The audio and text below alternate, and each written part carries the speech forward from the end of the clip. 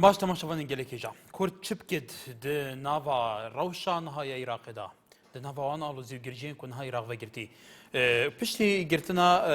هجماره که زیروان و کارمند نویسنگار رافع العیسای وزیر دارایی عراقی که ده مندم دا ایک سرکردین دیارین لیست عراقی و سنة مذهب العراقی بگمان آلوزی کفتن تروجا بدال تایبتی لناوینا عراقی لناوراست عراقی لپارزگین سنة نشین انبار صلاح الدین هروها نینوا و گلک جهندن جکو سنة تدازوریننا و خب نشاندان انگلیسی هات انجام نکویا نهاج خو نشاندان بردامه بگمان دوان دناوا خو نشاندان دا هند داخوازی هن جبکو او داخوازی جال حکومت عراقی به نجیب جکرین و روشه كانت سراف عنكو كريزه قيرانه كانت سروان هم قيران كونها ولات عراق تدرباز به مينا الوز بنا بيمدينا برهر ما كردستان حكومه اتحادي مينا كوم كرنو لفاندنا هزان لبرانبر هفدو هم جاريه هرمه و هم جاريه بغداد هر واجل كريزيندن بگمان نف كريزا سنانجي كي سنه مذهب ين عراق ين عرب هذا سر رجبه وكريزه كدن دنا عراق ده پیدا بو هر وا عز الدوري برزان كيش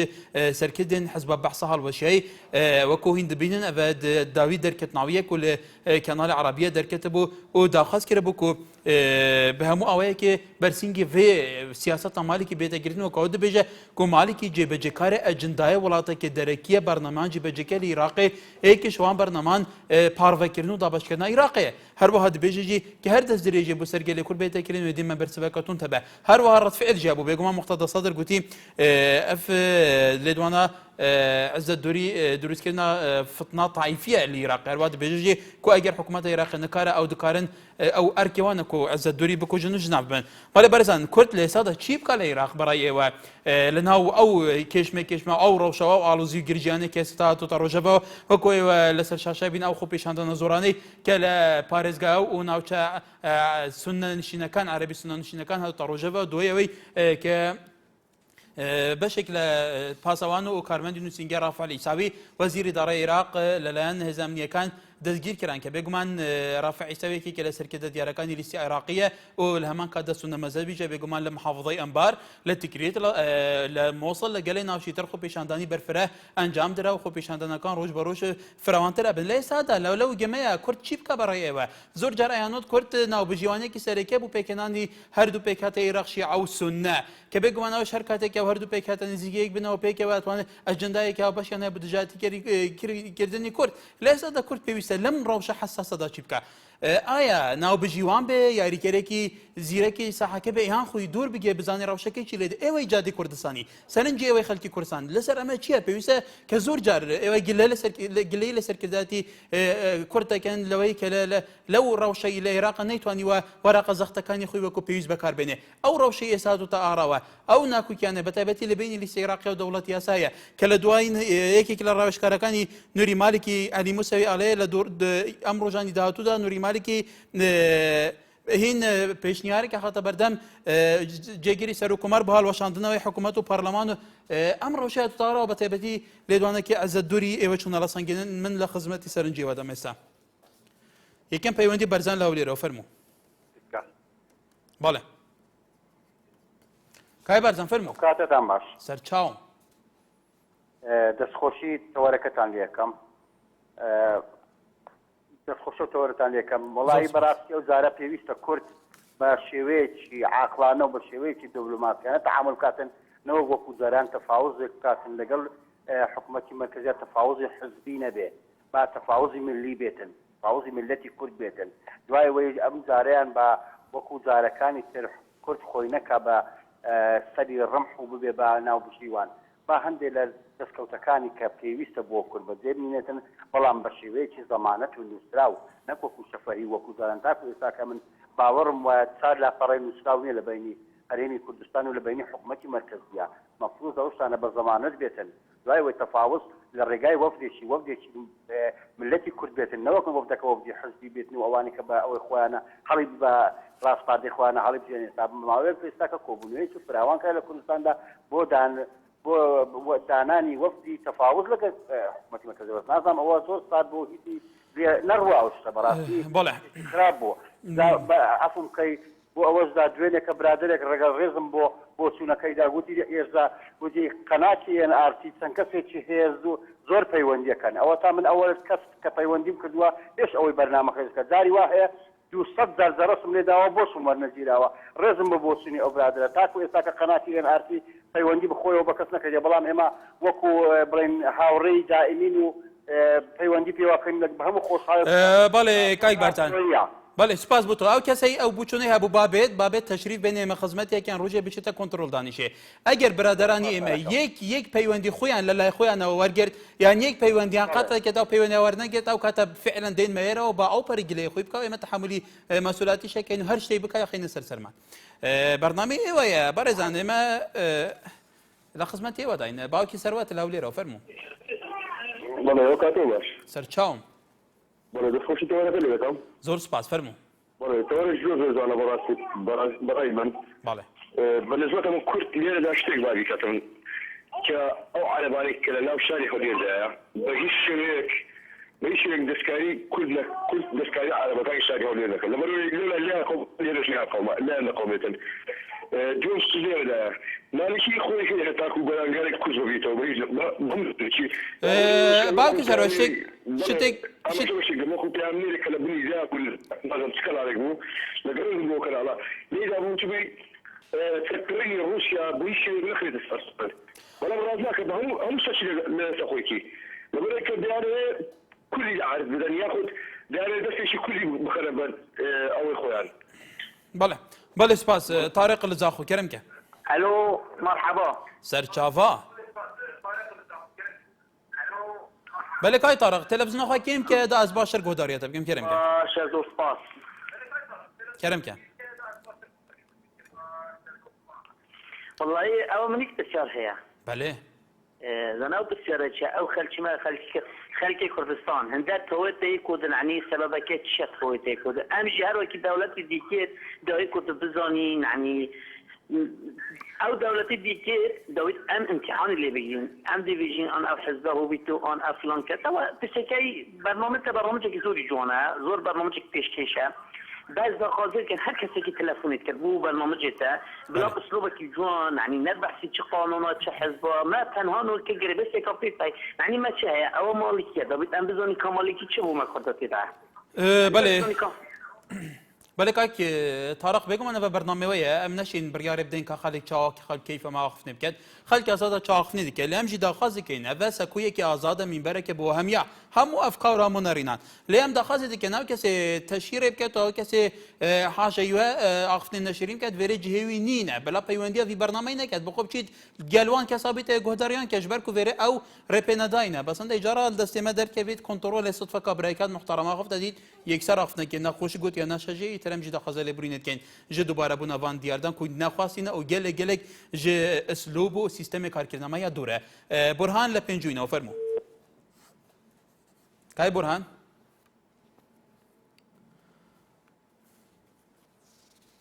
حەسەن لە هۆمەرمل کای حەسەن فەرموو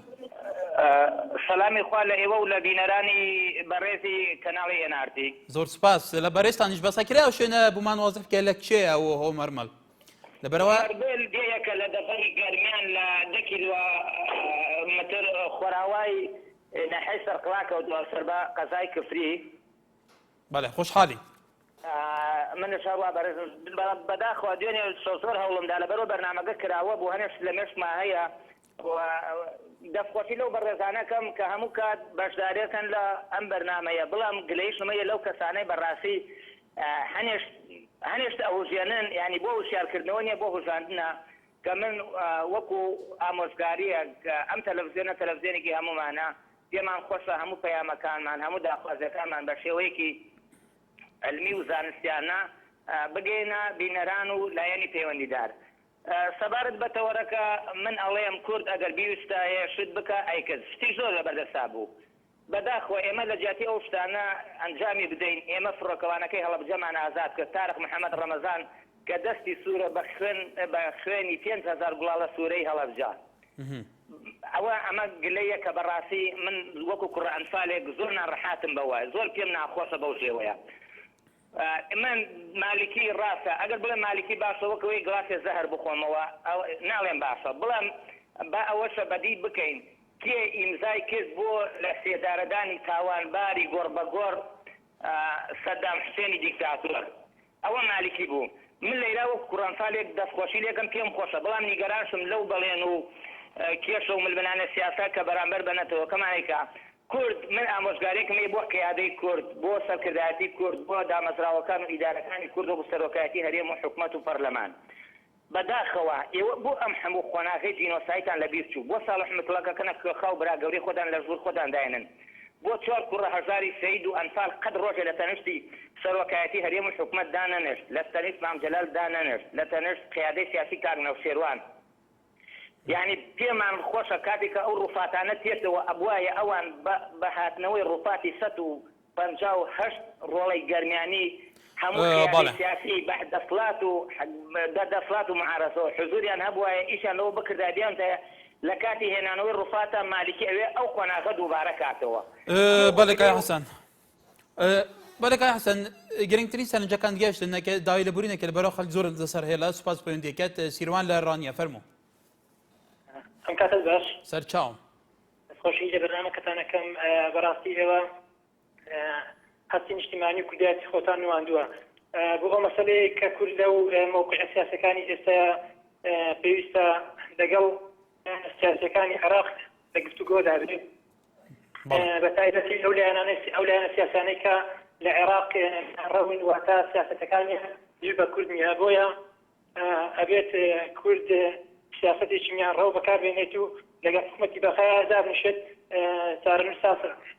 هەموو موقع سیاسەکانی لەگەڵ باس کات و باسی دەسەڵات و حکومەت و بە تایبەتی ناسەدابراوەکان کات و دەستان خۆش ولی سپاس ئەحمەد لە دۆی کەرمکە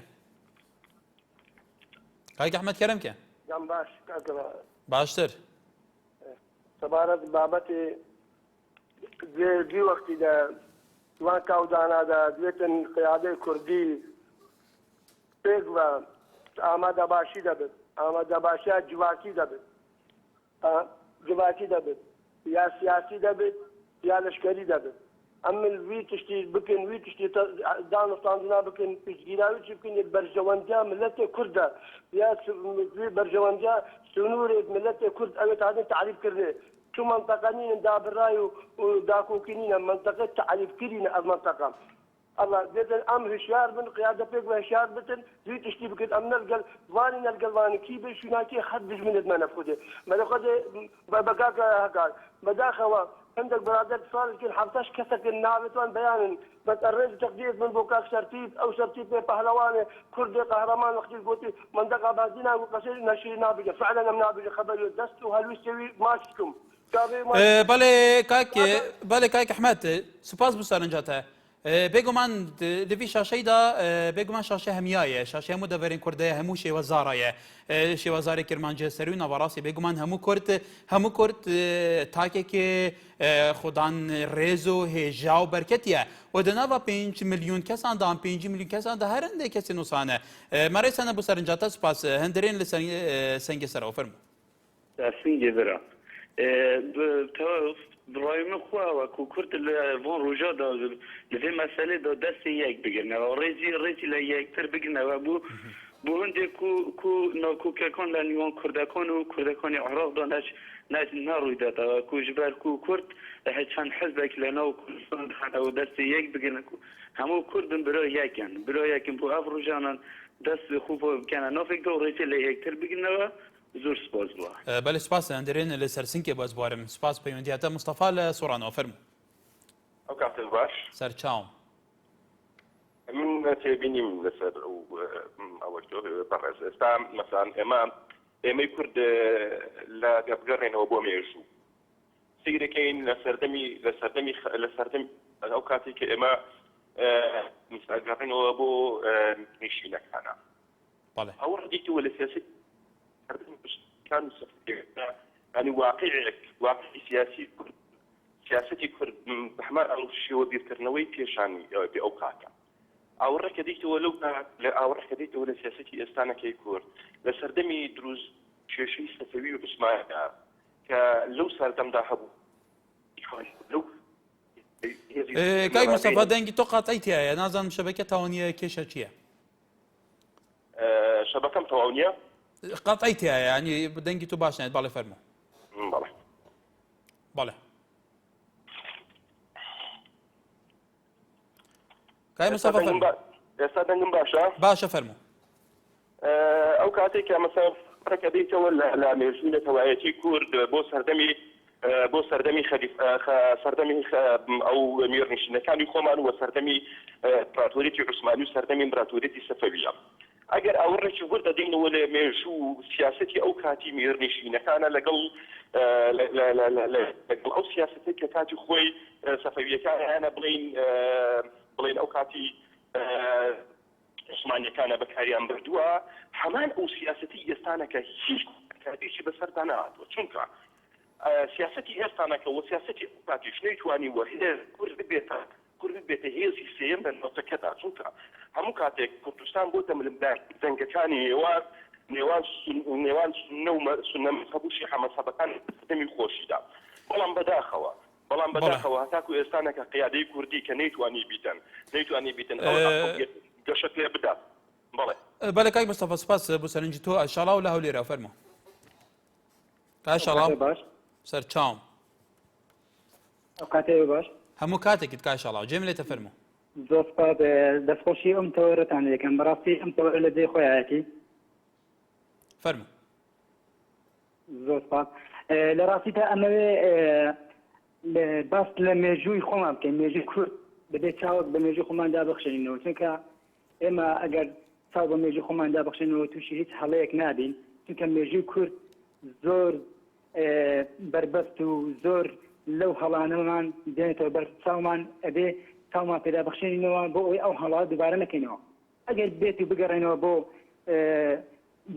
بۆ کاتی جەعفەری کە کاتێک ڕێسوزەڕا بوو هەمان بە هەمان شێوەی سیاسەتی مالیکی ئەم پێڕەوەی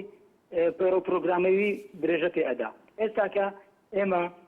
ئەو کاتی کە ئێمە داوامان کرد جەعفەری بگۆڕێ مالیکی هاتە شوێنی بە هەمان شێوە بوو پێویستە ئێمە زۆر وریابین نەکەوینە ژێر ڕکێفی دەوڵەتی عوسمانی و دەوڵەتی سەفەوی پێشوو ئەگەر بیرکەینەوە کورد بە دوو ئاخاردا ڕۆیشتە کۆمەڵێک کەوتێتە بەر دەسەڵاتی عوسمانی دەوڵەتێک کۆمەڵێک کەوتێتە بەر دەسەڵاتی سەفەوی پێشتر ئەگەر چاو پێدا بخشێنینەوە ئێستاش بە هەمان شێوە دەبێت کورد زۆر ئاگادار بی نابێ خۆی بخاتە ناو ئەم مەسەلەی بەڵێ کاشەڵا ولی سپاس بۆ سەرنجی تۆ بەرەزان ئەوە دوو پەیوەندی هاتن باسی سەفەی عوسمانیەکانەکەن بێگومان ئیتیفاقی زەها ئەو بوو کە پێش 500 ساڵ ئەم کوردستانە یەک پارچەیە یەک وڵاتەدا بەشکرا بۆ سەر 4 پارچە تا ئێستاش بێگومان هەردوو جەمسەری هەیە لە ناوچەکەی کە زۆر کاریگەریان هەیە لەسەر ڕەوشی ئێستا تورکیا میراتگیری عوسمانیەکان ئیران میراتگیری سەفەویەکان لە ئێستاژە باسەوەکی کە کورد هەرێکیان حەزەکە کورد بخۆی ڕابکێشارێکیان کورد بەکاربێنێ بۆ جێبەجێکردنی ئەجندای خۆی کە ئێستا کوردیش وەرەقەیەکی بەهێزە لە ناوچەکەدا بێگومان لە ئێستادا چاودێرەکان واڵێن پێویستە چی بکرێت لە بەرامبەر کورد لە ئێستاشدا بە تایبەتی لە تورکیا دوای 14 ساڵ عەبدوڵڵا ئۆجاڵان بە شێوەیەکی فەرمی لەگەڵ حکوومەتی تورکیا گوتوبێژەکە لەگەڵ بەرپرسەواڵەکانی کورد لەوێ گوتوبێژەکە بێگومان سەرۆکاتیاریم لایەنەکانیش لە هەڵویستی ئەرینی خۆیان لەو بەرەوە ڕاگەاندووە لە ئێستادا لەم گەمەی کە ئێستا ڕۆژهەڵاتی ناوەڕاست هەیە وەکو کایشەڵا و لاولێر وتی ئەو دوو جەمسەرگیریە سەفەویەکان و عوسمانیەکان میراتگیرەکانیان لە ئێستادا پێویستە کورد چی بکە بەهەرحاڵ ئەوە بێگومان بۆ سەرکردایەتی کورد و عاقڵمەندانی کورد ئەگەڕێتەوە پێویستە چی بکەن بەڵێ هێژان سەرتیب لە چەمچەماڵەوە فەرموو ئەم کاتە باش برای بەڕێزم سەرچاوم دەستخۆشی ئەو تەوەرەت یەکەم زۆر سپاس برای بەڕێزم ئێمە نابێ بکەوینە ژێر کاریگەریەکانی عیزەت دووری کە ئەم شەو لێدوانێکیدا بەڕاستی لێدوانەکانی عیزەت دووری لەسەر ئەساسی عاتیفە و جوڵانی شەقامە کێشەی ئێمە پەیوەندی بە ئەنبار و ڕوومادیە و تکلیتەوە نییە کێشەی ئێمە کێشەیەکی دەسووری سیاسیە اینجا هیوادارم سەرکردایەتی کورد و کورد بەعام نەکەوێتە ژێر کاریگەری خۆپێشاندانەکانی ڕوومادیە و ئەنبار و مووسڵەوە ئەوە هیچ سوودێکی سیاسی بە قاندازی میلەتی کوردی تیان نییە نە ئەوەش و نە لێدوانەکانی عیزەت دووری کێشەی ئێمە کێشەیەکی دەستوریە و پەیوەستە بە دەستورەوە پەیوەندی بە لێدوانەکانی عیزەت دووری و خۆپێشاندانەکانی سلاحەدین و تکرید و مووسڵەوە نییە بە هیچ شێوەیەک ئەبێ سەرکردایەتی کورد پێداگیری بکات لەسەر جێبەجێکردنی دەستور مفتاحی کردنەوەی هەموو دەرگاکانە و چارەسەری کێشەکان دەستورە دەستور جێبەجێ بێ کێشەی کورد جێبەجێکرێت دەستوریش وەلاوە بکرێ ئەوە کێشەی کورد جێبەجێ ناکرێت ئێمە نابێت دڵخۆشکەر بین بەخۆ پێشاندانەکانی ڕوومادێ و مووسڵ و تکلید و لێدوانەکانی عیزەدووری ئێمە سوتاوی دەستی عیزەدوورین و هەر ئەو ئەمسالی ئەوش بوو ئێمەی ئەنفال و کیمیاباران و تەرحیب کرد لەم نیشتیمانە برای بەڕێزم دەستخۆشی لە یەکەم هەربژی بەڵێ سپاس محمود لە هەڵەبجە فەرموو ئەم کاتێ باش سەرچاوم کاک محمود فەرموو ڕێزم هەیە بۆتان زۆر سپاس برای بەڕێزم من لە باسی شەخسەکان باسەکەم وەقتی خۆی زعیم سدیق لە گوندی سیارە 18 کەسی ڕەمی کرد هەمووشان بەڕۆژوون دوای ئەوە 18 کەسی ڕەمی کرد دوایی چەند ڕۆژێ دوای ئەوە لە دێیەک ناوی دێکەناوم 3-4 زەلامی بان کرد ڕسمێکی بەرزانی هاور وتی بێژمێن بۆ بەو ڕسمە وتی وەڵاهی بمکوژی ژمێنی نامێ وتی ئاخرێ و کوژم وتی بمکوژە بەذاتی خوا قائیدەکە پێی وتی تۆ مادەم وەفا بۆ سەرۆکەکەی خۆ هەیە معنای وایە تۆ ئەخلاقی شوتیایە ڕەوشتی هەیە معنای وایە وەفاداری معنای وایە توێ خەڵاتێکی باشی بکەم خەڵاتێکی باشی کرد برای بەڕێزم وەختی خۆی سەدام حوسێن کە بە ناوخۆ و دەرەوە ئەنفالی بەردانیەکانی کرد لە 83 با باش بزانی کە ئەنفالی بەردانیەکانی کرد بانیەکردن بەیانی شەبەقی بانیەکردنە دەرەوە یا عەشرە ئەیو عەشیرەت بەردانی وتی سەری خە لە زیلەکە سەری خست جا برای بەڕێزم سۆرانیەکە بەرانبەری و نەیەگرت تەذکەرەکەی لێزن ئەگە سۆرانی بایە نەیەگرت بەڵام بەرزانیەکەی بارێک کرد و بردی 8,000 بەرزانی بار کرد ئەوانە کە هجوومەکەنە سەر جەنابی عەشرەتی بەرزانی و سەرۆک بەرزانی لەکوێ خەویان پیاکەوتوو بۆ ئاگایان لەوە نییە سید الرئیس صدام حسین ئەیوب البەرزانیین خەلیهم للجەحیم لیاندن بابڕۆن بۆ جەهەنم بەڵێ کای محمود ئەوانە چاویان کوێر بوو بەڵێ بێگومان تەوەری مە لە سەرەوەنیە سوپاس بوو سەرنجی تۆ هەموو کەسێک کە زانێت کە بێگومان لە کووردا چی بەسەراتەوە بە تایبەتی ئەنفالکردنی 8,000 بارزانی و 182,000 کورد کە خەڵکی بێگومان زۆربیان گرمیان و ناوچەی بادینان و ئیتر گومەڵی ناوچیدی بوون هەروە ئەوەش وەکو تاریخ هەیە لە بەرچەوەی کەسێک لە هەڵەبجە چیان بەسەری هەڵەبجەیەنەوە 5,000 کەس لە یەک ڕۆژە بە گازی خەردەل هەمویان خنکێنران بەرحال سوپاس پێوەندێکە تەوەری مە لە سەرەوەیە کورد ئێستا چی بکە بەڕێزان تکایە بە لەسەر تەوەرێکی قسە بکەین بۆی ئەم سەرنجیەوەش ئیستیفادا بێ بۆ سەرکردەکانەوەش بزان کە جادەی کوردستانی چیانە لەسەر مەسەلە کورد لە ئێستادا چی بکات لە وەزی عێراق هەموو کاتێک جادەک دلەیەکە کە کوردەکو پێویستیان یەڵا ئێوە بڵێن پێویستە کورد سەرکرداتی کورد لە ڕەوشی ئێستادا ئەو تەنگژەی نێوان شیعە و سونایە لە عێراقا چی بکات ناو بژیوان بێ یەکیان زیاتر تەشەنەی وازاکە بکات لە دوورەوە سیر بکات جندای خۆی جێبەجێ بکات چی بکە بەڕێ بە چی بکە تەوەری مە لەسەرەوەیە باوەست تا لێرەوە تکایە لەسەر تەوەرێکی کای باوەست باڵێ کای باوەست ئەو کاتە هەموو کاتێکت باش سەرچاوم باڵێ باوەست برای بەڕێز کورد چی بکات لە نێو گژی و ئالۆزیەکانی عێراق یەکەم شت ئەوەیە کە کورد پێویستە بیکات بە هەموو میلەتی کورد بزانێت یەک گرتووبی لە ناوە خۆی یعنی ئەوە یەکێتیە ئەوە پارتیە ئەوە گۆڕانە ئەوە یەکگرتووە ئەوە کۆمەڵە هەتا ئاخیری دەبێت یەکگرتووبی لە نێو خودی خۆی کە دەتچیە خەتی دەرەوە چ عێراق چ سووریا چ ئێران یەک هەڵوێست بێ لە ناوە خۆی هەرچی دەکەوا بیکە گۆڕان ئاخنە لە حکوومەت دەگرێت حکوومەت دەبێت بە پشیەشی زۆر فراوانی وەری بگرێت چونکە بۆ کووردا چ لە سلێمانی بی چ لە هەولێر بی چ لە کەرکووک بی چ لە دهۆک بی دەبی یەک گرتوو بی بەرام بە شیعە و بەرام بە سوننەی لە وێندەریش دەبی یەکگرتوو بی بە یەک زمان تەداخل بکە کێشەی بینی شیعە و سوننەی ئێستا نییە کێشەی بینی سوننە و کوردی ئێستا نییە مێژووی کوردی خۆمان دخینەوە سوننە بەرامبەر کورد چۆن بووە شیعە ئێستا کە دەڵێن وەڵا سونیەکان وەختی خۆی کە لەسەر دەسەڵات بوونە بەرامبەر شیعەی باش بوونە ئەوە بەرامبەر شیعەی خراپ بوونە بەرامبەر کوردیش خراپ بوونە بەخوای چ شیعەبی سوسن نەبی بێتە سەر حکم ببیتە سەرۆکی حکوومەت بەرامبەر کوردی عینە قسەی بەڵێ کای باوس هەموو کەس بڵێم بەڵێ کای باوس سپاس بۆ سەرنجی تۆ دیارە لە خەبات فەرموو. السلام عليكم. بەڵێ کاکێکار بەڕاستی سەرەتا پێشەوەی بڕێنا بابەتەکە من ڕخنەیەکی جوان هەیە بۆ ئەم بەرنامە جوانەتان. بەڵێ من نازانم ئەوەندەی من بیری لێ کەم ماوەیەکی زۆرە متابعی ئەم بەرنامە جوانە کەم دەستان خۆش بێ بەڵام من نازانم ئەمە مایکی سیاسەتە یا خود مایکی خەڵکە بەڕاستی من یەکەوە نەبووتەوە. دەستخۆشتان دەکەم ڕاستە من لەگەڵ ئەوان کە ڕۆژێکەوە بابەت کرایەوە بەڵام پێم وابێ ئەو ماوەی تر هەمووی هەرباسی سیاسەتە هەمووی ئەم خەڵکە قسە لەگەڵ یەکتر ئەگۆڕێتە بێەوە هیچ ئەنجامی کەوی بەداخەوم بۆ ئەوە هیوادارم زیاتر فراوانکردن بڕۆ بواری ڕۆشنبیری کێشە بەڵێ کاک دیار بێگومان ئەو ڕۆژی ئێستا و عێراقەوە کاریگەریە بووت سەر یەک بەیەکی تاکی کورد یەک بەیەک هەر کاتێ ڕەوشی عێراقتەیەک بچێت تەئسیری هەیە ئێستا باسەوەیەکی کەمالێکی لەمە دووە بۆ جارێمی کوردستان بەکاربێنێ لە گەمی سیاسیە کە ئەو پرسیابەری ئەمەش هەمووی من دەزانم بڕوادەکەی ماوەیەکی زۆر هەر ئەم شەڕی مالیکی و ئەم تەلەڤیزیۆنە هەموو هەر بەو شتانە مەربوون بەتەواو خەڵکیان پشتگوێ خستۆ لەم بابەت دەگەڵێر منم دەتوانین باسی تەربیە بکەی کاکە هەزار یەک کێشەمان هەیە ئەوە امتحانەکان هاتن پێداچەوەی بکەن بۆ يعني بدەچوون بۆ کارەکان بکەن باش خەڵامە بەڕاستی حەز دەکەم زیاتر بەرنامەکان بکەنەوە یعنی شتیوە بخەنەگەر کە خەڵک بتوانێت ئاستی ڕۆشنبیری خۆی بخاتەڕۆ لەبارەی ئەوەی کورد چی بکات لە عێراقدا بەڕاستی من دەڵێم کورد جاریدا هیچ نەکات لە عێراقدا کورد زانێ بگەڕێتەوە خۆی لە کوردستان یەکلا بکاتەوە ئەو کات لە عێراقدا هەموو شتێک ئەتوانێت هەموو شتێک بکات ئەگەر ئێستا بڕوا خۆی ینی ئەرەفاز بۆ پشتی خۆی بگرێت من دڵنیام لەوەی چنگە سەرکەسەرگا دوو نابێت ڕاستە لەوانە لێرە ئێستا یەکیان گرت بێ بەڵام پێمە تەنها ڕووکێشە هەمووان هەر لەسەر چەند بنەمایەکی ناڕێی فرێکەوتم بەڵام ئەگەراتە لە کوردستانە لەسەر بناغەیەکی جوان و ڕێک یەکگرتووی ڕێککەوتنەوە لە عێراق بەڵێ کای دیار زۆر سپاس بەڕێزان یەکێک لە ئیشی مەلێرەیە بێگومان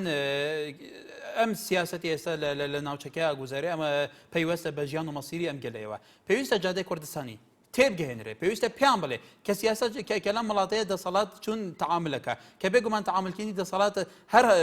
پێشڤەچوونێک هەر هەڵویستێک تەئسیر هەیە بۆ سەرجانی گشتی لەبەرەوە لەم بەرنامەیە لەم مینبەریەوە یارمایکی خەڵک کەمایکی ئەوەی بەڕێزە لەسەر ئەوەیە کە ئەو پێش هاتە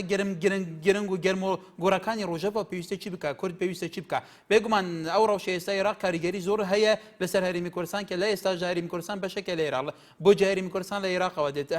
لە زۆر ڕوویەتی ترەوە لەبەرەوەی کە ئێمە زۆرترین بەرنامەمان کردووە لەسەر ڕەوشی ژیانی ڕۆژانەی ئێوەی بەڕێز لە ماو دوواش بەرنامەیەکی ڕۆژانەیە بەشی ئەوە هەیە کاتەوە هەیە کە لەسەر هەر مەوضوعێک بێت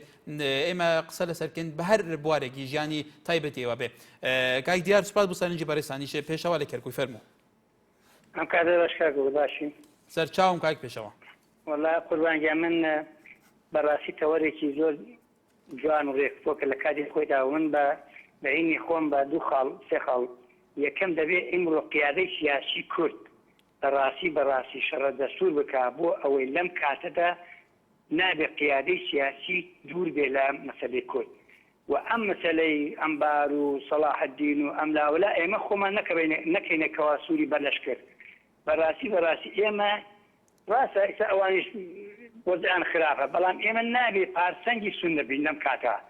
عزت دووری دەرەچێ بۆ ناو شاشەی تەلەڤیزیۆن برا کوردەکان نان ئەی هەر عزت دووری نەبوو ئەنفال و کیمیابارانی ملەتی کوردی کرد لە 1970 ئەنفالی کرد کاکە ئێمە دەبێت بەڕاستی قیادەی سیاسی کورد ئێمە بازوی خۆمان لێ هەڵماڵین بۆ ئەوەی بەڕاستی ئێمە ئیمڕۆ جەنابەت قسێکی جوانت ئاماژەکەی ئیمڕۆ حەچی بکرێت زەرەری بۆ کورد دەبێت ببینە پاسەنگی هەر لایەکان ئێمە کورد زەرە دەکات دەبێت ئێمە عینی خۆمان حەکیمانە بەڕوو پێش بڕۆنەوە عاتفی بین بۆ لای سونەوە ئیمڕۆ بەڵێ مەطالیبی کورداوی کورد لەکوێ ئێمە دەبێت قەت خۆمان دوورە پەرێز نەگرین بەڕاستی قیادەی سیاسی لەم کەتراو لە پێشە کەم تەرخەم بۆ چوونی مەسەلەی دەستور و چونە پێشەوە بۆ مەسەلەی چارەسەری کێشەی کورد و مەسەلەی منتەقە دابڕاوەکان ئەمە خاڵێکی ئەساسی بوو دەبێت ئێمە بەڵێ کاکێ پێشەوە بێگومان جەنابەت لە کەرکووکی قسەیە کەرکووکی شێکێکە لەو خاڵە نیزاعاتانەی کورد لەگەڵ بەغدا لە دەر زەمانەوە تا ئێستا سوپاس بۆ پەیوەندی دەکێت دوایام ناوبڕە بەڕێزان لە سەرمان تاوەر بەردەوام بی